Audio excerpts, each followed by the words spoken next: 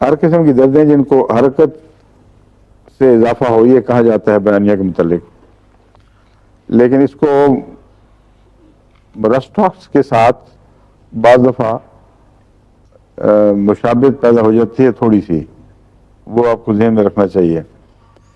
رسٹاکس میں کہا جاتا ہے کہ آرام کرو تو درد بڑھتی ہے اور چلو تو درد کم ہوتی ہے، حرکت کرو تو درد کم ہو جاتی ہے۔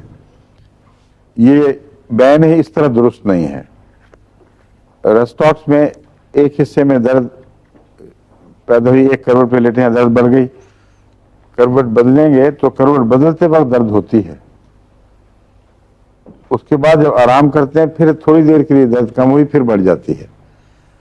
اور یہی بات میں نے اس کی ابتدائی حرکت میں محسوس کی ہے کہ رسٹاکس کا مریض جب شروع میں چلنے لگتا ہے تو اس کو درد بڑھتی ہے، اور کچھ چلنے کے بعد اس کو آرام آ جاتا ہے، پھر جب وہ کھڑا ہو جائے گا تو پھر دوبارہ درد بھرنی شروع ہو جائے گی۔ برائیونیا میں بھی شروع میں چلنے میں درد بڑھتی ہے، تو وہاں برائیونیا اور رسٹاکس مشابہ دکھائی دیتے ہیں، لیکن آخری نتیجے سے پہچانے جائیں گے۔ برائیونیا میں چلنے کے بعد درد بڑھتی ہے اور لیٹنے کے بعد بھی محسوس ہوتی رہے گی، رسٹاکس میں بھی ہوتی ہے۔ فرق یہ ہے کہ برائیونیا کا مریض اگر 2-4 دن مسلسل آرام کرے تو اس کو افاقہ ہو جاتا ہے۔ رسٹاکس کا مریض اگر 2-4 دن مسلسل آرام کرے تو درد بڑھ جاتی ہے۔ تو برائیونیا اور رسٹاکس میں کچھ مشابہتیں ہیں، لیکن لمبے نتیجے سے اگر آپ ہوشیاری سے مریض کا جائزہ لیں تو فرق کرنا کوئی مشکل نہیں رہتا۔